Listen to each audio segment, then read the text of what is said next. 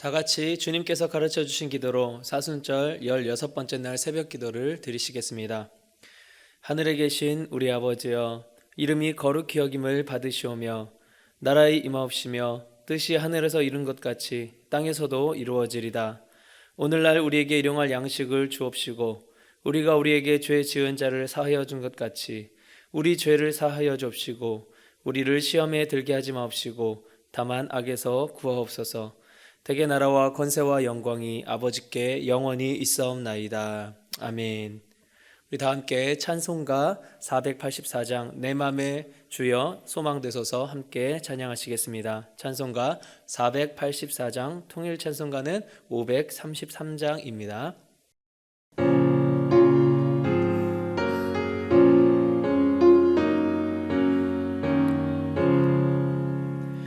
내 맘에 주여 소망되소서.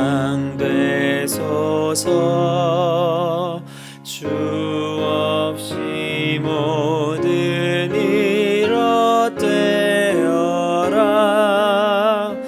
밤에나 낮에나 주님 생각,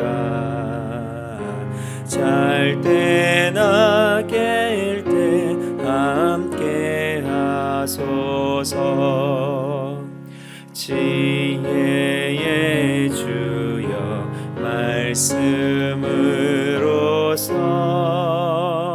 언제나 내 안에 계십소서. 주는 내 아버지 나는 아들, 주 안에 내가 늘 함께하네. 세상의 영광 나 안 보여도 언제나 주님은 나의 기여. 주님만 내 맘에 계시오니 영원한 주님 참 귀하셔라. 영원한 주님 내 승리의 주, 하늘의 기쁨을 주옵소서. 어떠한 고난이 닥쳐와도 만유의 주여 소망되소서.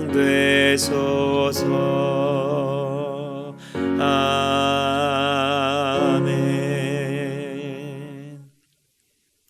오늘 새벽 함께 묵상할 하나님의 말씀은 마가복음 8장 1절에서 21절 말씀입니다. 마가복음 8장 1절부터 21절 말씀, 저와 여러분이 함께 읽도록 하겠습니다. 그 무렵에 또 큰 무리가 있어 먹을 것이 없는지라 예수께서 제자들을 불러 이르시되 내가 무리를 불쌍히 여기노라. 그들이 나와 함께 있은지 이미 사흘이 지났으나 먹을 것이 없도다. 만일 내가 그들을 굶겨 집으로 보내면 길에서 기진하리라. 그 중에는 멀리서 온 사람들도 있느니라. 제자들이 대답하되 이 광야 어디에서 떡을 얻어 이 사람들로 배부르게 할 수 있으리이까? 예수께서 물으시되 너희에게 떡 몇 개나 있느냐? 이르되 7이로소이다 하거늘 예수께서 무리를 명하여 땅에 앉게 하시고 떡 7개를 가지사 축사하시고 떼어 제자들에게 주어 나누어 주게 하시니 제자들이 무리에게 나누어 주더라.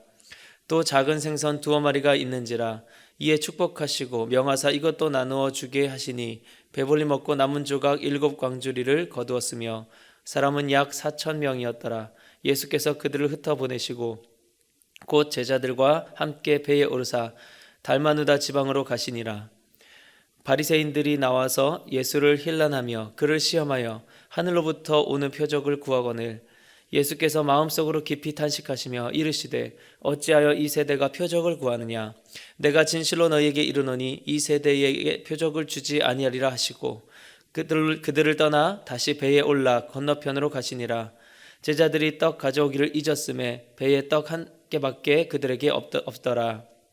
예수께서 경고하여 이르시되 삼가 바리새인들의 누룩과 헤롯의 누룩을 주의하라 하시니 제자들이 서로 수군거리기를 이는 우리에게 떡이 없음이로다 하거늘 예수께서 아시고 이르시되 너희가 어찌 떡이 없음으로 수군거리느냐 아직도 알지 못하며 깨닫지 못하느냐 너희 마음이 둔하냐 너희가 눈이 있어도 보지 못하며 귀가 있어도 듣지 못하느냐 또 기억하지 못하느냐 내가 떡 5개를 5,000명에게 떼어줄 때에 조각 몇 바구니를 거두었더냐 이르되 12리니이다 또 7개를 4,000명에게 떼어줄 때에 조각 몇 광주리를 거두었더냐 이르되 7이니이다 이르시되 아직도 깨닫지 못하느냐 하시니라.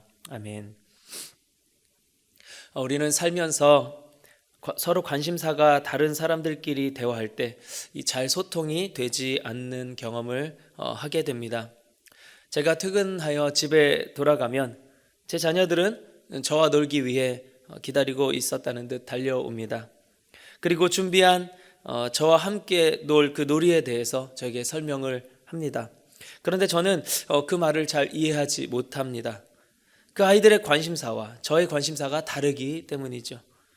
아이들은 자신들이 창작한 그 놀이를 아주 잘 알고 있고 또 관심도 많고 집중력도 있는데 반면 저는 크게 관심을 갖고 있지 않은 그 아이들 눈높이의 그 놀이를 한 번에 잘 알아듣지 못하는 것입니다.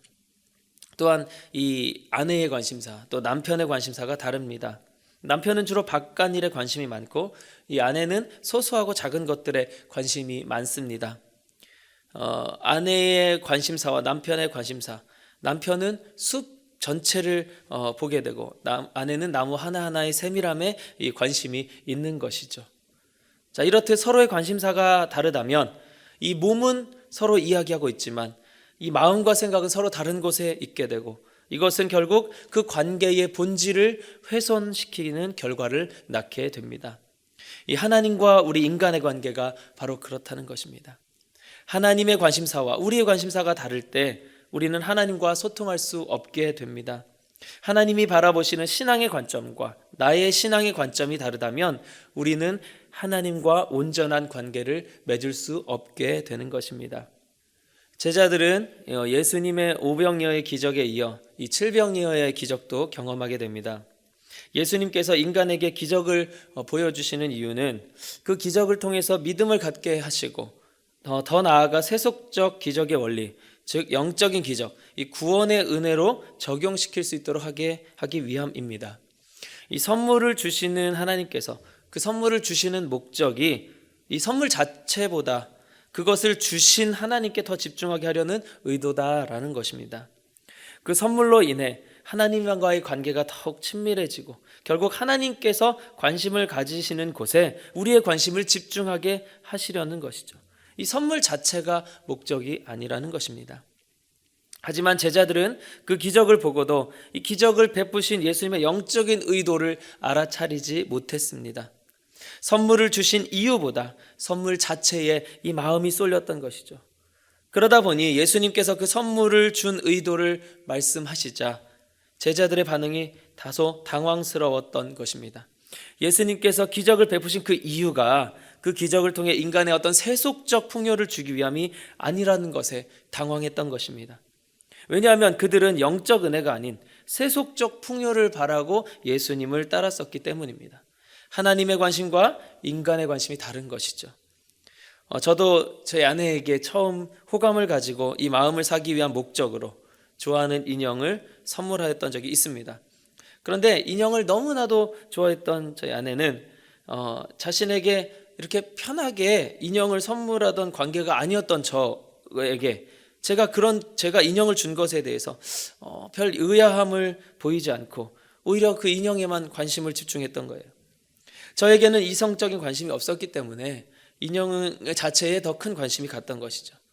제가 인형을 선물한 그 목적이 됨을 이루지 못하는 순간이었습니다. 이미 기적을 보이신 예수님께 바리새파 사람들 계속해서 기적을 요구합니다. 그 이유가 무엇이겠습니까? 앞서 보이셨던 그 기적을 기적으로 인정하지 못하는 것입니다. 아니, 기적은 맞는데 그 기적을 보인 목적이 그들과 달랐기 때문입니다. 예수님은 영적 은혜를 이루시기 위해 육신적인 기적을 보이셨고, 바리새파 사람들은 그저 육적 안위를 위해 육신적 기적을 보여달라 요구하는 것입니다. 또한 이 모습은 이 바리새파 사람들뿐만이 아닌 모든 세대의 필요를 대변하는 모습입니다. 바리새파 사람들뿐만이 아니라 대부분의 인간들이 영적인 것보다는 인간적인 세속적인 것에 관심을 더 갖고 있다라는 말입니다. 그래서 예수님께서는 더 이상 이 세대에게 기적을 보여주지 않으리라 다짐하십니다. 자, 이것은 제자들도 마찬가지였습니다. 예수님께서는 바리새파 사람들의 이러한 모습을 보시며 적어도 제자들에게는 그러지 말라고 경고하십니다. 예수님의 관심은 오직 영적인 것이 들어가느냐 마느냐에 있으십니다. 하지만 제자들은 달랐습니다.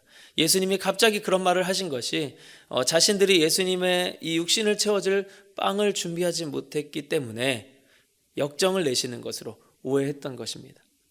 이는 예수님은 주구장창 영적인 것에만 관심을 갖다가 말씀을 하신 것이지만 그것을 들은 제자들은 주구장창 먹고 사는 것에만 관심을 갖고 있는 중에 이 말씀을 들었기 때문에 갑자기 이런 말씀을 하시니 각자의 관심사에 맞게 이 말씀을 해석하게 되었던 것입니다.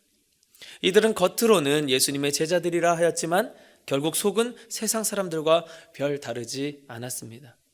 교회 안에서도 마찬가지였죠. 교인이기는 하지만 참된 신앙을 갖고 있지 않은 사람도 있습니다. 교회 안에 있으면서도 이 교회의 관심사, 또 하나님의 관심사가 아닌 내 개인의 관심사에만, 세속적인 관심사에만 치중하는 사람, 바로 그런 사람입니다. 교회 안에서 이 사역, 또 영성, 말씀과 기도 이런 것에 관심이 있기보다는 그저 인간적인 교제, 또 세상 돌아가는 어떤 가십거리들, 세속적인 부와 명예를 얻는 방법 이런 것들에 더더욱 다가가는 것, 그리고 무엇보다 그런 것들을 위해 교회에 다니는 모습. 제가 말레이시아에 있을 때에도 이 한인교회 교인들 중에는 어떤 자신의 사업을 위해 교회 네트워크를 이용하기 위해 이 교회에 다니는 사람들도 있었습니다. 하나님께서는 세속적인 필요를 채워주시며 영적인 것의 필요를 깨닫게 하려 하시는데 이런 사람들은 오히려 그런 하나님을 역이용하여 영적인 것에 관심을 갖는 척하며 그것을 이용해 세속적인 것들을 채우려는 모습을 보이는 것입니다. 이렇게 겉으로는 같은 모습이지만 정말 환난의 때가 되면 이 진짜와 가짜가 확연히 드러납니다. 지금의 이 코로나 사태가 바로 그런 상황이죠. 어려움이 닥쳤을 때 그런 상황을 그저 세속적으로만 해석하여 두려움에 갇힌 채로 육신적 안위만을 찾으려 발버둥치는 모습, 그런 모습과 또한 그 상황을 믿음으로 또 섭리의 관점으로 바라보며 하나님께서 우리에게 무엇을 말씀하시는지를 깨닫기 위해 또 찾기 위해 이 사태를 허락하셨다는 것, 거기에 관심을 두는 이 믿음의 사람들의 모습, 이 두 모습에 상반되는 모습이 바로 구별되는 때라는 것입니다. 그런데 믿는 자인 사람도, 교회 다닌다는 사람도 그렇게 세상 사람들의 관점과 별 다르지 않은 반응을 보여줄 때 우리의 연약한 믿음이 드러나게 되는 것입니다. 이제 우리는 주님께서 우리에게 왜 기적을 베푸시는지, 왜 육신적 필요를 채워주시려는지 그 영적인 의도를 파악할 수 있어야 합니다. 그러려면 먼저 주님의 관심이 나의 관심이 되어야 합니다. 그 관심에 우리가 집중해야 합니다. 내가 사랑하는 사람이 있을 때 그 사람의 관심사에 다가가고 싶은 그 마음처럼 정말 우리가 예수님을 사랑한다면 예수님의 관심사에 우리가 다가갈 수 있어야 합니다. 우리의 육신의 소욕은 세상 관심에 대해서 관성을 가지고 있습니다. 하지만 이제 구원받아 영적인 소욕을 얻은 우리는, 믿는 자들은 동시에 영적인 관심에도 관성이 생기게 됩니다. 우리 안에서 이 둘이 영적 전쟁을 일으킬 때 담대히 세상 관심의 시선을 접고 영적 관심에 우리의 눈을 돌리는 축복이 있기를 간절히 소망합니다. 이것이야말로 하나님과 우리와 소통할 수 있는 참된 믿음의 길입니다. 주님이 주시는 것 말고 그 주시는 주님께만 우리의 마음이 갈 수 있는 참된 그리스도인인 저와 여러분이 되실 수 있기를 예수님의 이름으로 축복합니다. 함께 기도하시겠습니다. 하나님 아버지, 우리에게 믿음을 말씀하여 주셔서 감사드립니다. 이제는 정말 확신을 가지고 기도의 자리로 나와 주님이 이미 베푸신 모든 은혜를 누리는 우리 참된 성도들이 다 되게 하여 주시옵소서. 우리의 기도 제목이 변화되게 해주시고 우리의 소욕을 구하는 기도가 아니라 참된 믿음을 통해 주님의 나라와 의를 구하는 기도로 채워져 늘 응답되는 능력의 기도가 되게 주님 허락하여 주시옵소서. 동일하게 우리의 나라와 민족을 우리가 함께 중보하기를 원합니다. 우리 민족을 대변할 우리 믿음의 교인들 또 성도들, 하나님 이 어려운 상황 가운데 더욱 구별되어 믿음의 사람들로 설 수 있게 하여 주시고 주님께서 그 믿음을 통해 열매 맺으시며 이 세대에 하나님 온전한 믿음 또 하나님의 관심이 부어지는 통로가 될 수 있도록 우리나라 민족 또 우리 믿음의 성도들을 주님 사용하여 주시옵소서. 예수님의 이름으로 기도하옵나이다. 아멘.